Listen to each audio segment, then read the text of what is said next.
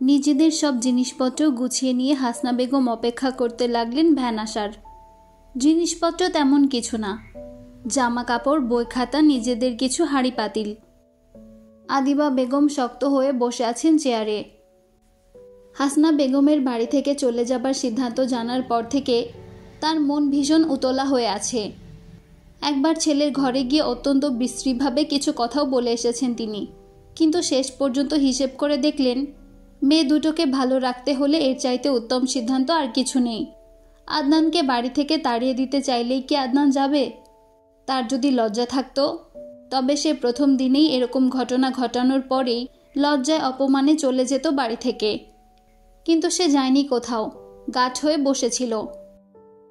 আর যদিও যায় ও বাড়ি ছেড়ে, তবুও কতদিন? 2 মাস, 3 মাস, 4 মাস, 1 বছর, সেই তো বাড়িতে সে আসবেই। তখনও যদি ওর স্বভাব ভালো না হয়, আগে বাড়িতে থাকলেও যদি আবারও কোনো রকম প্রতিশোধ পরায়ণ হয়ে কারো কোনো ক্ষতি করে। শাপলা শালুককে তিনি নিজের মেয়ের মতো দেখেছেন। আফিফা আর ওদের মধ্যে কখনো বিভেদ করেননি, তেমনি ব্যবহার করেছে হাসনা তার ছেলে মেয়েদের সাথে। 3 যা বোনের মতো ছিলেন, কেউ কখনো কারো বাচ্চাকে বাঁকা চোখে দেখেনি। সেখানে শাপলা শালুকের কোনো ক্ষতি হলে তার কলিজায় গিয়ে লাগবে, এটাই স্বাভাবিক। আর এটা স্বাভাবিক বলেই তেমনি হাসনা বেগম আদনানকে বাড়ি থেকে বের করে দেওয়ার জন্য কাউকে বলছেন না। মায়ের বন্ধনের মতো কঠিন কোনো শিকল কি এই দুনিয়ায় আছে আর? বাজারে একটা 4 রুমের বাসা ঠিক করে ফয়েজ সাহেব ভ্যান নিয়ে এলেন বাড়িতে। ভ্যান চালককে সাথে নিয়ে নিজের সবকিছু ভ্যানে তুললেন। বিদায় বেলায় হাসনা বেগম শাশুড়ি মাকে জড়িয়ে ধরে বিলাপ শুরু করে দিলেন। কাঁদতে কাঁদতে অচেতন হয়ে গেলেন প্রায়। তারপর হুঁশ ফিরতেই স্বামীকে চিৎকার করে বললেন, আমি যাব না, এই সংসার ছেড়ে, আব্বা আম্মা ভাবিদের ছেড়ে কোথাও যাব না। এই বাড়ির প্রতিটা দেওয়ালে, প্রতিটা ইটের কোণার মধ্যে আমি ভালোবাসার ছবি দেখেছি। আমি এই বাড়ি ছেড়ে কোথাও যাব না। নুরুল ইসলাম সাহেব পুত্রবধূর সামনে দাঁড়িয়ে বললেন, পাগলামি করো না বৌমা, আমাদের সবার জন্য ভালো হবে এটা। আমার নাতনিরা নিরাপদে থাকবে। হাসনা বেগম বললেন, আমি পারবো না আব্বা, আমি মরেই যাব। একা একা আমি থাকতে পারবো না। রোজ সকালে সবার জন্য নাস্তা বানানো, মায়ের সুপারি কেটে দেওয়া, সবাইকে বেড়ে খাওয়ানো, অলস বিকেলে সবাই মিলে গল্প করা, কাজ করা নিয়ে ফরিদার সাথে অভিমান করা, বড় ভাবি রান্নাঘরে দেরিতে আসলে মুখ ফুলিয়ে রাখা, মায়ের জন্য অল্প ঝালে অল্প মশলায় আমি ছাড়া কে রান্না করবে আব্বা? বড় ভাবির মাথা ব্যথা শুরু হলে আমি না থাকলে কে তার মাথা মালিশ করে দিবে? এই যে ফরিদা এত বড় হয়েছে, এখনো পায়ের নখ সুন্দর করে কাটতে পারে না। আমি না থাকলে কে ওর পায়ের নখ কেটে দিবে সুন্দর করে?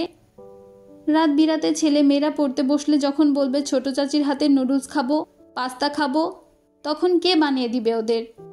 বড় ভাবি চুলার পাশে বেশিক্ষণ থাকতে পারেন না, গরমে তার মাথা ব্যথা করে। ফরিদা এখনো রান্নার লবণ চাখতে পারে না। মতির মা তরকারি কাটতে গেলে বছর লাগিয়ে দেয়। আমি না থাকলে তো বড় ভাবিকে সারাক্ষণ চুলার পাশে দাঁড়িয়ে থাকতে হবে। ফরিদা লবণ কম বেশি বুঝবে না। আমি কিভাবে যাব আব্বা? আমার যে কত দায়িত্ব আছে এই বাড়ির সবার প্রতি। স্বার্থপর মানুষের মতো কিভাবে নিজের সুখ, নিজের ভালো থাকার কথা চিন্তা করে সবাইকে ছেড়ে চলে যাব আব্বা? আমার তো আব্বা আম্মা মারা গেছেন, আপনারাই আমার আব্বা আম্মা। আমি যে মন ভরে আব্বা আম্মা বলে ডাকতে পারবো না। নিজের মাকে মনে পড়লে আম্মার পায়ের পাশে গিয়ে বসতে পারবো না। আমি এত কিছুর অভাব সহ্য করতে পারবো না আব্বা। কেউ কোনো কথা বলতে পারল না। সবার কপল বেয়ে জল গড়িয়ে পড়ছে। ফয়েজ আহমদ স্ত্রীকে কোনোভাবেই বোঝাতে পারলেন না।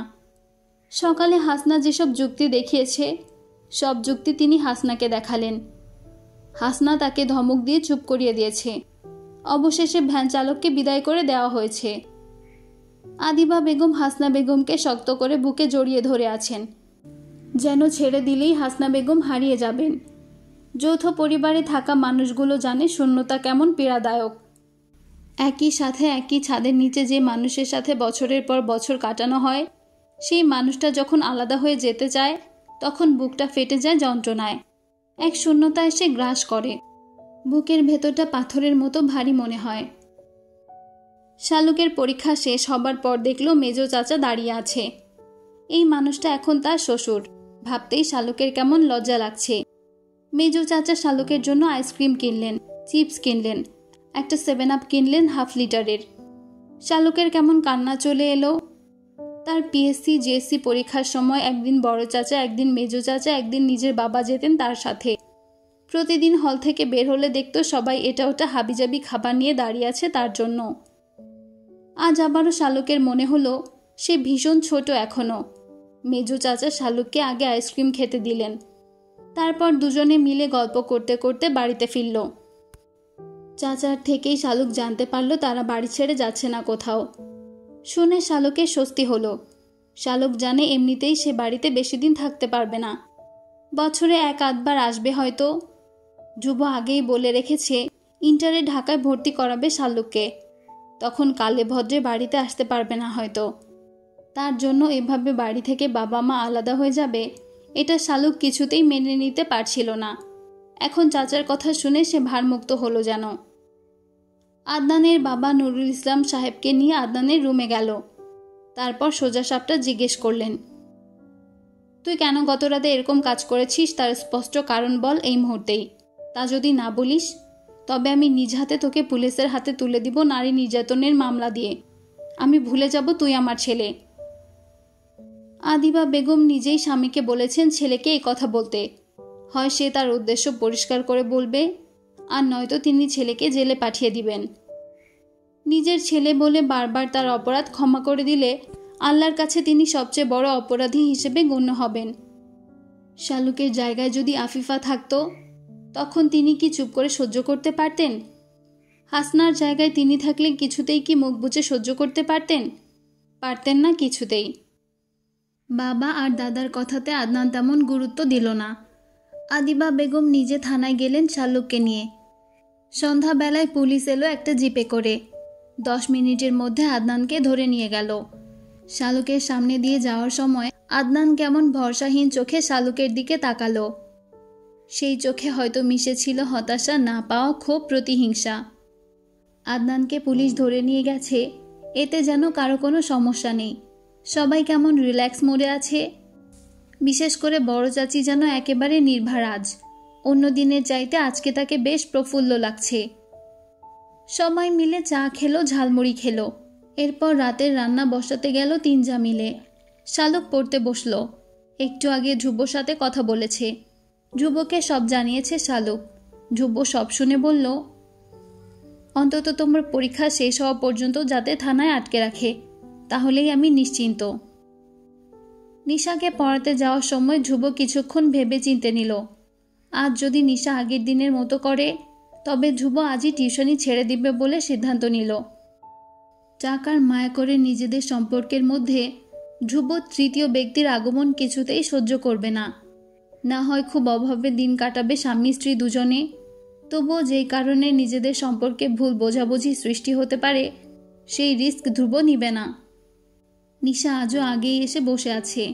ধ্রুব গিয়ে চেয়ারে বসল। তারপর হিসাব বিজ্ঞান বই বের করে নিশাকে গম্ভীর মুখে বলল, এই অঙ্কটা করো, গতকাল একটা করিয়েছি এটার মতোই। নিশা ড্রয়ার থেকে একটা বক্স বের করল। তারপর ধ্রুবর দিকে এগিয়ে দিয়ে বলল, এটা আপনার জন্য। ধ্রুব রাগী স্বরে জিজ্ঞাসা করল, কি এটা? নিশা মাথা নিচু করে বলল, একটা ফোন, আমার বাবা পাঠিয়েছেন আপনার জন্য। ধ্রুব নিশার দিকে তীক্ষ্ণ দৃষ্টিতে তাকিয়ে বলল, তোমার বাবা কি আমাকে দেখেছেন কখনো? আমাকে চেনেন তিনি? নিশা ভয় পেয়ে গেল।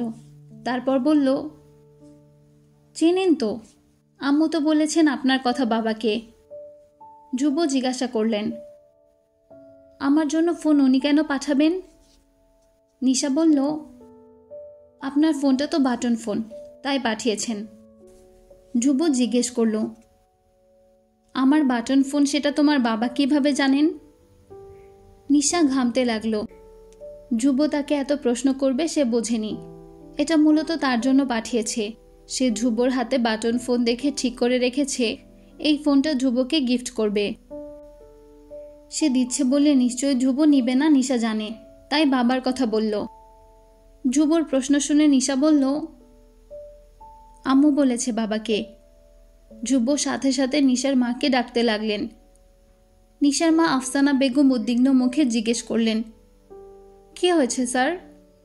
ধ্রুব হেসে জিজ্ঞাসা করলেন, এটা নিশার ফোন না আন্টি? আফসানা বেগম বললেন, হ্যাঁ স্যার, গত পরশু পাঠিয়েছে ওর বাবা ওর জন্য।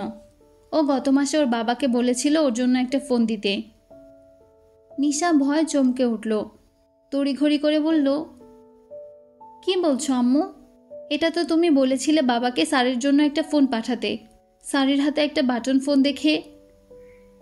আফসানা বেগম হতভম্ব হয়ে গেলেন। বুঝতে পারলেন মেয়ে কোনো গড়বড় করেছে, তাই আমতা আমতা করে বললেন, না মানে হ্যাঁ, আমি বলেছিলাম আসলে। আপনি নিন না ফোনটা। ধ্রুব হেসে ফেলল। নিশার মাঝে মিথ্যা বলছে তা সে স্পষ্ট বুঝতে পারল। হেসে বলল, দেখুন আন্টি, আমি এখানে নিশাকে ফ্রি পড়াচ্ছি না, পড়ানোর বিনিময়ে বেতন নিচ্ছি। আমার যা আছে তাতেই আমি সন্তুষ্ট। আমার বাটন ফোনেই চলে। অ্যান্ড্রয়েড ফোনে যেদিন আমার প্রয়োজন হবে সেদিন আমি নিজেই কিনে নিব। কারো অনুগ্রহ আমার কখনোই সহ্য হয় না। আমার যা আছে তাই আমার জন্য যথেষ্ট। আমি আন্তরিকভাবে দুঃখিত আন্টি, এই ফোনটা আমি নিতে পারছি না। আর একটা কথা, আমি আগামীকাল থেকে আর আসবো না নিশাকে পড়াতে। আপনি প্লিজ অন্য টিচার দেখবেন ওর জন্য। আমি এখন আসছি। আসসালামু আলাইকুম। নিশার মা কিছু বুঝে ওঠার আগেই ধ্রুব বাসা থেকে বের হয়ে গেল। রাস্তায় এসে ধ্রুব স্বস্তির নিঃশ্বাস ফেলল। তারপর হঠাৎ করেই শালুককে কল দিল। শালুক হ্যালো বলতেই ধ্রুব বলল, আমি তোমাকে ভালোবাসি শালুক। আমি তোমাকে ভীষণ ভীষণ ভীষণ ভালোবাসি। আজীবন আমি তোমাকে ভালোবাসবো শালুক। তুমি সারা জীবন আমার হয়ে থেকো। আমি প্রমাণ করে দেব, এক নারীতে আবদ্ধ থাকে যে পুরুষ, সেই পুরুষের চাইতে সুখী আর কেউ নেই। আমি তোমাকে ভীষণ রকম ভালোবাসি। তারপর শালুকে কিছু বলার সুযোগ না দিয়ে কল কেটে দিল। আনন্দে শালুকের দু চোখ টলমল করতে লাগলো। মনে হলো এই পৃথিবীর সে সবচেয়ে সুখী মেয়ে, যার এরকম একটা স্বামী আছে যে তাকে ভীষণ ভালোবাসে।